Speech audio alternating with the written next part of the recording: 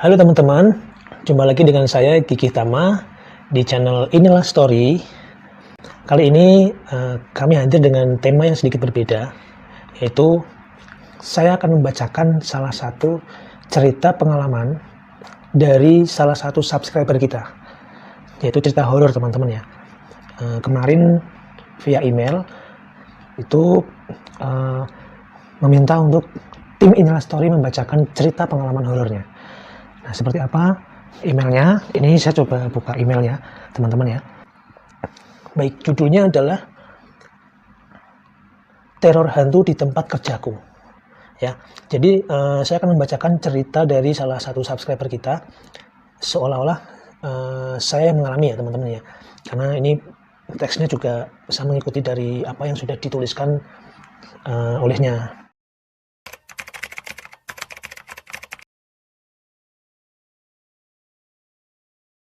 Salam sehat Kak Gigi dan tim Inilah Story. Saya Joko.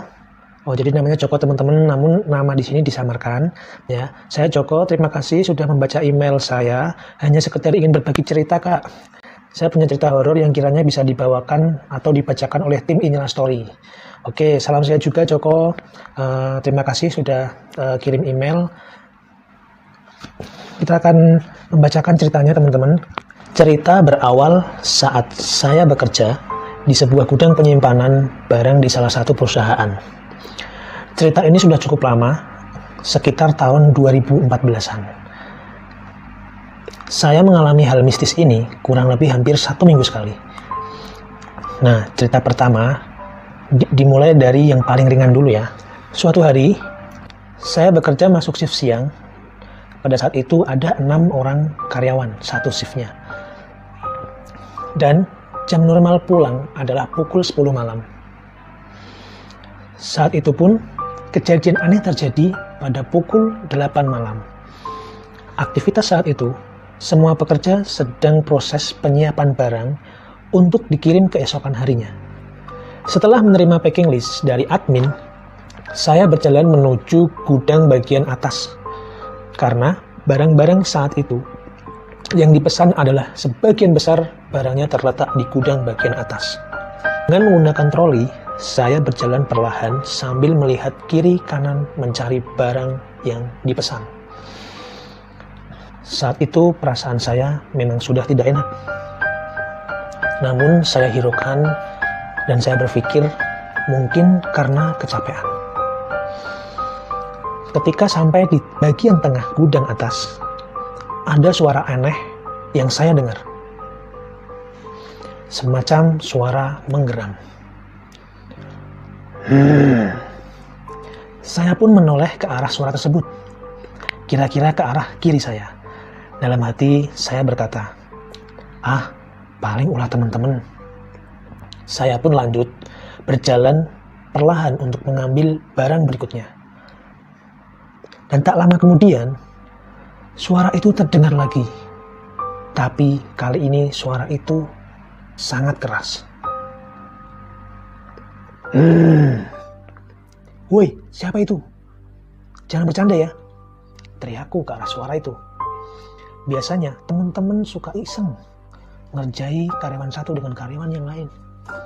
Aku pun berjalan ke arah suara itu dan ternyata tidak ada siapa-siapa di sana. Lalu saya menuju gudang bawah untuk memastikan apakah hanya ada saya yang ada di gudang atas. Dan ternyata memang benar, hanya saya yang berada di gudang atas saat itu. Untuk lebih yakin lagi, saya turun ke gudang bawah untuk tanya kepada rekan kerja saya yang bernama Yoga. Yog, kamu tahu nggak siapa yang dapat backlist bagian atas? Tanyaku. Gak ada kok, cuma kamu deh kayaknya. Yang bener, jangan bohong ya. Iya bener, aku dan yang lain ada di gudang bawah tuh. Memang kenapa? Kok kayak pucat gitu? Gak apa-apa, kurang enak badan aja aku. Dalam hati berkata, mati aku. Suara siapa tadi? Aku pun memberanikan diri segera kembali menuju gudang dengan rasa takut yang aku bawa. Setelah itu, aku aku kembali mendorong troli yang aku bawa. Dan tak lama kemudian, aku melihat bayangan hitam yang lewat di antara sela-sela tatanan barang. Siapa itu? Dalam hati saya berkata, kalau ini pasti kerjaan si Yanto. Teman saya yang bernama Yanto adalah satu-satunya karyawan yang peka terhadap hal-hal astral. Dan orangnya memang sedikit jahil. Berjalanlah saya ke arah bayangan tersebut. Karena niat ingin bikin kaget si Yanto yang tadi saya kira lewat di sela-sela tatanan barang. Sambil berteriak ingin mengageti si Yanto. Woi! Dan ternyata saat kulihat tidak ada siapa-siapa di sana. Seketika itu bulu kuduku langsung merinding. Saat itu aku benar-benar takut. Tapi aku harus segera menyelesaikan pekerjaanku. Akhirnya aku menyelesaikan packlist pertamaku saat malam hari tiba. Dan aku taruhlah barang penyiapanku di area checking. Kemudian aku mengambil minum untuk menenangkan diri. Dan lanjutlah menuju tempat pengambilan packlist yang kedua. Sial kena sial, aku mendapat packlist gudang bagian atas lagi. Alamak, kenapa bisa dapat packlist atas lagi? Dalam hati sambil menampar kening. Tapi untungnya, kali ini aku berdua dengan si Yanto, yang notabene peka dan bisa berkomunikasi dengan makhluk astral. Yan, kamu dapat packlist atas? Tanyaku kepada Yanto. Iya nih, males banget kalau dapat atas. Jawab si Yanto. Memang kenapa, Yan? Nanti kamu akan tahu sendiri kok. Sambil pasang muka nyengir ke arahku. Berjalanlah kami berdua menuju gudang bagian atas. Pada saat itu sekitar pukul setengah 10 malam. Kami pun mulai pengambilan barang sesuai yang ada pada packlist tersebut. Saat itu, aku memperhatikan gerak-gerik Yanto yang tidak seperti biasanya. Aku sedikit mengerti karena kejadian aneh yang aku alami tadi. Yanto dan aku berpencar ke arah yang berlawanan dan saling berjauhan. Wajar saja, namanya gudang pasti ruangnya sangat luas. Hal mengejutkan pun terjadi. Tiba-tiba dari arah tengah salah satu barang terjatuh dan isinya berceceran di lantai. Aku berpikir itu si Yanto yang menjatuhkan barang. Dan Yanto pun juga berpikir sebaliknya. Tanpa disadari, aku dan Yanto berjalan ke arah barang yang jatuh tersebut. Dan kami kaget ketika saling berhadapan. Loh, Yan, aku kira kamu yang ngejatuhin. Bukan, aku pikir juga kamu, Joko, yang ngejatuhin. Nah, terus siapa dong yang ngejatuhin? Yanto kemudian memasang muka dengan ekspresi kaget ke arah gudang bagian belakang. Astagfirullah, kata si Yanto. Ada apa, Yan? Belum menjawab pertanyaanku, Yanto berjalan ke arah sudut gudang bagian belakang, tempat di mana troliku aku parkir. Aku tahu dia pasti mau berkomunikasi dengan makhluk astral. Yan, coba dong bilangin ke mereka jangan ganggu lagi, kataku dengan bisik-bisik. Udah, kamu diem aja, jangan banyak suara, tegur Yanto kepadaku. Dia sedang berkomunikasi dengan hantu yang mengganggu kami melalui mata batinnya.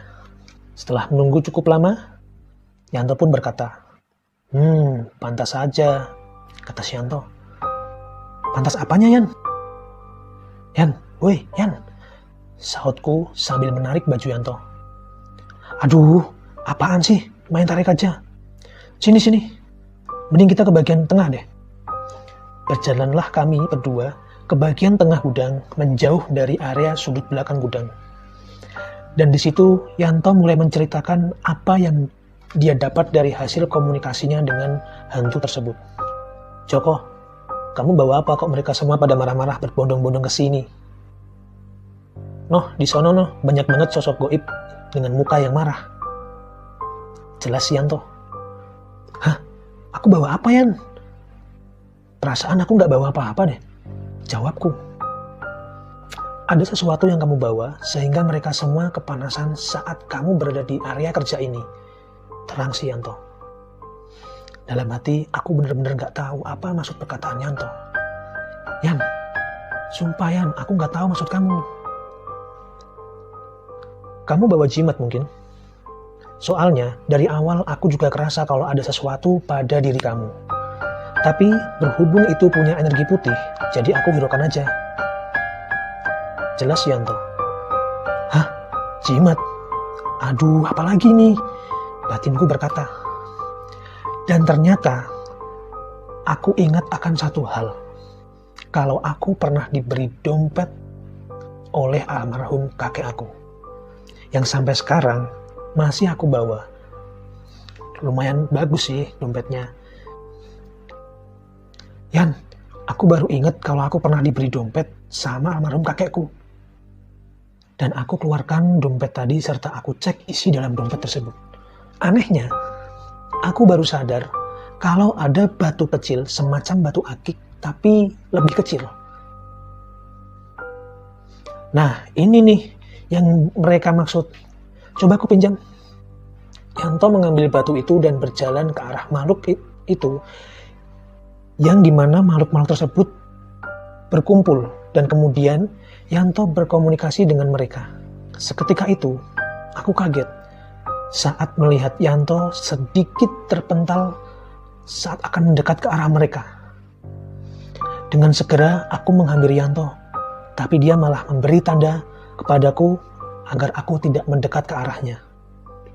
Dan dia pun lanjut berkomunikasi dengan hantu tersebut. Tak lama kemudian, Yanto berkata, "Nih, Joko, aku kembaliin. Simpan baik-baik di rumah aja ya. Mereka mau berdamai jika kamu kesini tanpa membawa batu ini." "Yan, kamu gak apa-apa Yan tadi?" "Gak kok, gak apa-apa. Udah yuk, lanjut kerja lagi." "Tapi Yan, mereka gimana?" "Gak apa-apa, mereka udah pergi kok. Sebagian ada yang menetap di sini karena tempatnya memang di sini. Tapi gak akan ganggu lagi kok. Yang bener Yan." Rasa hati percaya saja dengan apa yang dia katakan si Yanto. Kami pun selesai menyiapkan barang dan menuju ke area checking.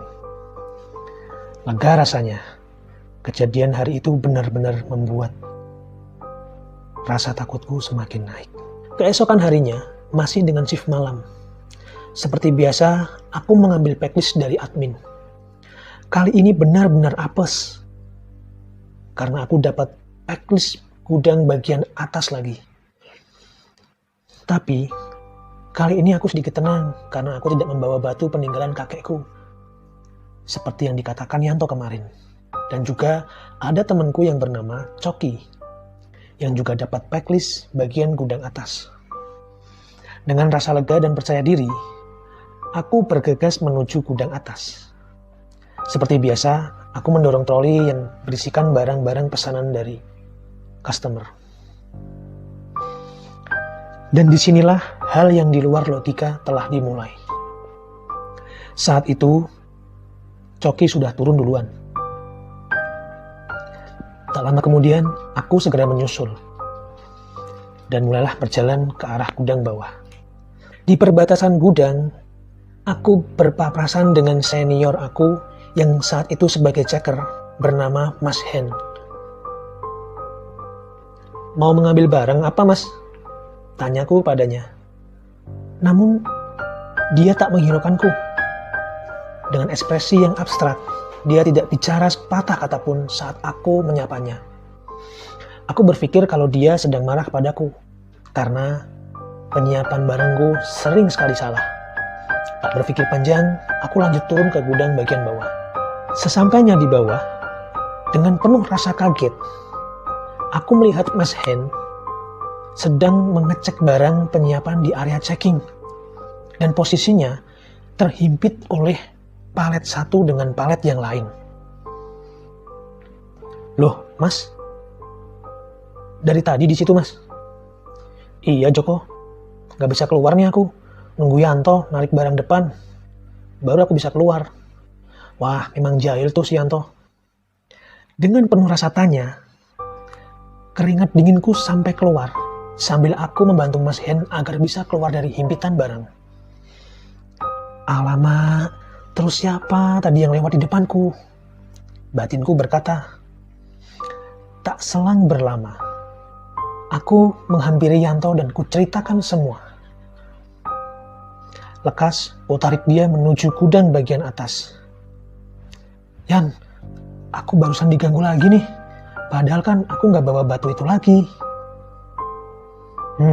Diganggu gimana? Gini Yan, saat aku turun, aku ketemu dengan Mas Hen lewat di depanku. Dan kusapa dia. Dianya diam Yan. Tak menjawab sapaku sama sekali. Sambil berjalan ke arah belakang, terus sampainya di bawah, aku melihat Mas Hen sedang mengecek di tempat area checking Yan. Dan terhimpit sama barang-barang yang kamu tata di depan Yan. Yanto pun memejamkan mata seakan dia berkomunikasi dengan penunggu gudang atas. Sebentar ya. Aku pun menunggu Yanto berkomunikasi dengan hantu tersebut. Tak lama kemudian, Yanto berkata, "Oh, gak apa-apa kok. Itu tadi penguasa di sini. Seakan ingin menyapa kamu kok, Joko. Dia ingin berkomunikasi dengan penunggu gudang sini. Atau karyawan sini. Dia sebenarnya ingin menyapa kamu kok. Tapi karena kamu tidak paham dengan bahasa makhluk astral, jadi kamu berpikiran yang enggak-enggak. Dia ingin mengungkapkan rasa terima kasih karena kamu tidak membawa batu itu lagi." "Oh gitu Yan, berarti aman kan?" "Aman," jawab si Yanto. Dengan rasa lega, aku tidak merasakan adanya gangguan semenjak itu. Namun, kejadian itu tidak akan pernah terlupa dalam cerita hidupku. Nah, itu tadi sepenggal pengalaman cerita hororku saat berada di tempat kerja. Terima kasih tim Inilah Story telah memberiku kesempatan untuk berbagi cerita. Dan semoga tim Inilah Story selalu diberikan kelancaran dan kesuksesan. Amin. Sekian dan terima kasih. Nah, itu tadi teman-teman cerita pengalaman dari salah seorang atau salah satu subscriber kita ya, yang bernama Joko, tapi nama samaran teman-teman. Ya, dia mengatakan, "Terima kasih tim Inilah Story telah memberiku kesempatan untuk berbagi cerita. Semoga tim Inilah Story selalu diberi kelancaran dan kesuksesan. Amin, amin, amin." Terima kasih Joko juga sudah mau berbagi cerita pengalaman horornya kepada kami. Oh ya teman-teman, bagi teman-teman yang punya cerita horor dan ingin kami bacakan melalui konten kami, bisa kirim melalui email yang ada di, atau bisa DM ke Instagram Inilah Story. Dengan senang hati kami akan membacakan cerita-cerita pengalaman horor dari teman-teman semuanya ya. Begitu terus kirim, bagi yang punya cerita horor kirim ke kami. Semakin banyak yang dikirim, kami akan bacakan satu persatu ya. Dan tentunya terima kasih buat teman-teman yang sudah subscribe channel Inilah Story dan sudah setia mengikuti konten-konten kami. Dan tentunya jangan tinggalkan tempat sebelum Anda melihat konten-konten kami ya. Ikuti terus channel Inilah Story. Sekian dari kami, salam sehat.